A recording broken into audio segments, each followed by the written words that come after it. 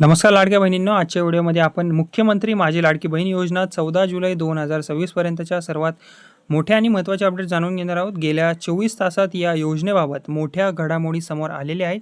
92 लाख लाभार्थी वगळल्याची चर्चा झालेली आहे. सरकारचे स्पष्टीकरण यावर सुद्धा आलेले आहे. विरोधकांचे आरोप आलेले आहेत.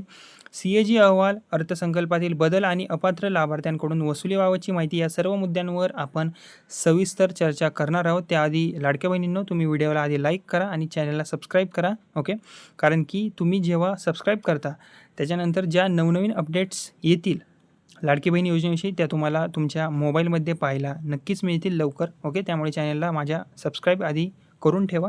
ओके, आणि जो हा व्हिडिओ आहे तो शेवटपर्यंत नक्की पहा, तुमच्याच फायद्याचा राहणार आहे.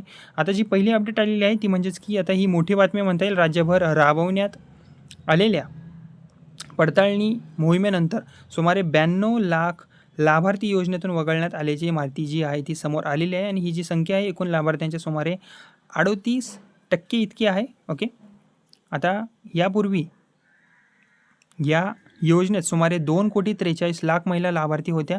मात्र पडताळणीनंतर ही संख्या जी आहे ती सुमारे 1,50,00,000 आलेली आहे. ओके, आता सरकारच्या पडताळणीनुसार सुमारे 62 लाख महिलांनी KYC जी आहे ती प्रक्रिया पूर्ण केलेली नव्हती, त्यामुळे त्या लाभार्थी यादीतून वगळण्यात आलेल्या आहेत. ओके, आणि एकूण वगळलेल्या लाभार्थ्यांपैकी हे प्रमाण जे आहे ते सुमारे 67% आहे. ओके, तसेच उत्पन्न मर्यादा ओलांडल्यामुळे सुद्धा अपात्र झालेल्या आहेत महिला. ओके, त्यांच्याबद्दल सांगायचं झालं तर या योजनेसाठी वार्षिक कौटुंबिक उत्पन्नाची मर्यादा जी आहे ती 2.5 लाख निश्चित करण्यात आलेली आहे. आणि ही जी मर्यादा आहे ओलांडणाऱ्या सुमारे 16 लाख महिलांना योजनेतून वगळण्यात आलेले आहे. आणि हे प्रमाण एकूण वगळलेल्या लाभार्थ्यांपैकी सुमारे 17% आहे. ओके, तसेच इतर कारणांमुळे नावे कमी झालेली आहेत. याशिवाय सुमारे 4,42,000 ओके 4,42,000 सरकारी कर्मचारी किंवा त्यांच्या कुटुंबियांची नावे वगळण्यात आलेली आहेत. सुमारे 3,60,000 लाभार्थी संजय गांधी निराधार योजनेचा लाभ घेत असल्याने अपात्र ठरलेले आहेत. सुमारे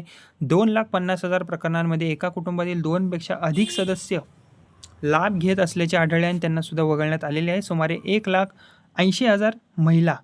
ओके, हा आकडा जो आहे तो खूप जास्त आहे. खूप टप्प्याटप्प्याने वेगवेगळ्या पात्रतेमधील महिला ज्या आहेत त्या वगळण्यात आलेल्या आहेत. ओके, त्यांचा इतर योजनांची सुद्धा त्यांचा लाभ चालू होता, त्यामुळे सुद्धा त्यांना वगळण्यात आलेले आहे. सरकारी कर्मचारी होते त्यांना सुद्धा वगळण्यात आलेलं आहे. ओके, आणि सुमारे 1,80,000 महिला वयोमर्यादा म्हणजेच 65 वर्षांपेक्षा जास्त असल्याने त्यांनासुद्धा अपात्र ठरवलं गेलेलं आहे.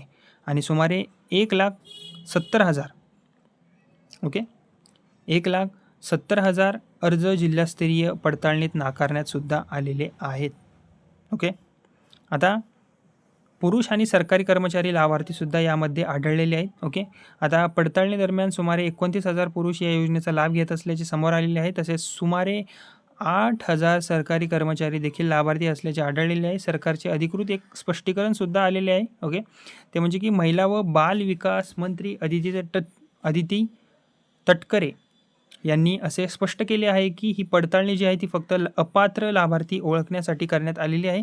पात्र महिलांचा लाभ सुरूच राहणार आहे असं त्यांनी स्पष्ट भाषेत सांगितलेलं आहे. त्यांनी सांगितले आहे की KYC पूर्ण करण्यासाठी लाभार्थी महिलांना 6 महिन्यांची मुदत देण्यात आलेली होती. एप्रिल 2026 पर्यंत अर्ज दुरुस्तीची संधी जी आहे ती उपलब्ध करून देण्यात आली होती. KYC पूर्ण असूनही ज्या महिलांचा हप्ता थांबला आहे त्यांच्या अर्जांची पुन्हा तपासणी सुरू आहे. संजय गांधी निराधार योजना आणि लाडकी बहीण योजना या दोन्ही योजनांशी संबंधित पात्र महिलांना किमान एका योजनेचा लाभ जो आहे तो सुरू राहील, यासाठी कार्यवाही सुद्धा केली जात आहे पुढची. ओके, तसेच त्यांनी स्पष्ट शब्दामध्ये सांगितलेलं आहे की लाडकी बहीण योजना कधीही बंद होणार नाही. ओके, हे त्यांनी स्पष्ट शब्दामध्ये सांगितलेले आहे अदिती तटकरे यांनी. ओके, आता यामागे विरोधकांचे काही आरोपसुद्धा झालेले आहेत. ओके, ते सुद्धा आपण बघून घेऊयात. या प्रकरणावर विरोधकांनी सरकारवर काही टीका केलेली आहे. शिवसेना UBT चे नेते संजय राऊत यांनी दावा केला आहे की निवडणुकापूर्वी मते मिळवण्यासाठी ही योजना आणण्यात आली. त्यांनी चुकीने दिलेली रक्कम संबंधित जबाबदार अधिकाऱ्यांकडून वसूल करण्याची सुद्धा मागणी केलेली आहे. ओके, तसेच काँग्रेस प्रदेशाध्यक्ष हर्षवर्धन सपकाल यांनी आरोप असा केलेला आहे की ओके सरकारने 2100 देण्याचे आश्वासन पूर्ण केलेले नाही आणि आता 92 लाख लाभार्थीसुद्धा वगळले आहेत त्यांनी. ओके, आता काँग्रेसच्या ज्या नेत्या आहेत वर्षा गायकवाड यांनी एक प्रश्न उपस्थित केलेला आहे की आता त्यांचं असं म्हणणं आहे की जर महिला पात्र होत्या तर त्यांना का वगळण्यात आले, हा त्यांचा मुख्य प्रश्न होता. ओके, हे विरोधकांचे आरोप असून सरकारची भूमिका वेगळी आहे. ओके, आता आर्थिक परिणाम आणि CAG अहवालसुद्धा आलेला आहे. ओके, याबद्दल जर सांगायचं झालं तर आता आर्थिक बाजू थोडीशी आपण समजून घेऊया.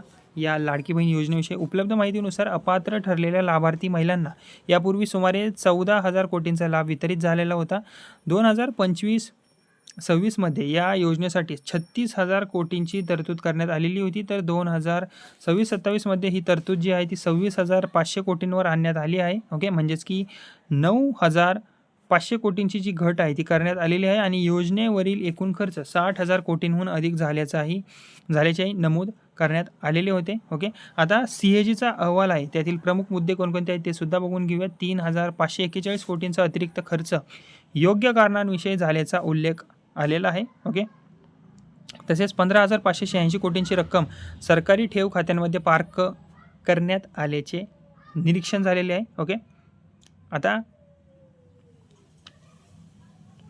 अर्थसंकल्पीय नियोजन अधिक वास्तववादी करण्याची सुद्धा शिफारस झालेली आहे. ओके, आता अपात्र लाभार्थ्यांकडून वसुलीसुद्धा होत आहे सध्या. ओके, त्याबद्दल सांगायचं झालं तर मुख्यमंत्री देवेंद्र फडणवीस यांनी विधानसभेत स्पष्ट केले आहे की फक्त पुरुष लाभार्थी आणि सरकारी कर्मचारी यांच्याकडून चुकीने मिळालेली रक्कम वसूल केली जाईल. त्यांनी असं स्पष्टपणे सांगितलेलं आहे. इतर अपात्र लाभार्थ्यांकडून कोणतीही वसुली केली जाणार नसल्याचे त्यांनी सांगितलेले आहे. यासाठी जिल्हाधिकाऱ्यांना आवश्यक निर्देशही देण्यात आलेले आहेत. ओके, तर लाडक्या बहिणींनो, सरकारने असेही स्पष्ट केलेले आहे की ज्या पात्र महिलांचा लाभ पडताळणी दरम्यान चुकून थांबलेला असेल त्यांच्या अर्जांची पुन्हा तपासणी करून त्यांना योजनेत पुन्हा समाविष्ट करण्याची प्रक्रिया सध्या सुरू राहील. ओके, त्यामुळे असं सुद्धा तुम्ही समजू शकता लाडक्या बहिणींनो की तुमचा आता समजा तुमची EKYC राहिली आहे किंवा तुम्ही सगळ्या गोष्टी जरी बरोबर केल्यात आणि तुमचा जो लाभ आहे तो गेल्या 2 ते 3 महिन्यांपासून थांबलेला आहे. ओके, आता सरकारने ही जी गोष्ट आहे ती स्पष्ट केलेली आहे की ज्या पात्र महिलांचा लाभ जो आहे तो थांबलेला आहे पडताळणी दरम्यान चुकून थांबलेला आहे त्यांच्या अर्जांची पुन्हा तपासणी होणार. म्हणजेच की तुमचा अर्ज तर बरोबर आहे हे सुद्धा तुम्हाला माहीत आहे. ओके, तुम्ही पात्रतेमध्ये सुद्धा बसता, 2.5 लाखांपेक्षा कमी उत्पन्न आहे, सगळ्या गोष्टी तुमच्या बरोबर आहेत, तरीसुद्धा तुमचा लाभ थांबलेला आहे. ओके, चुकून.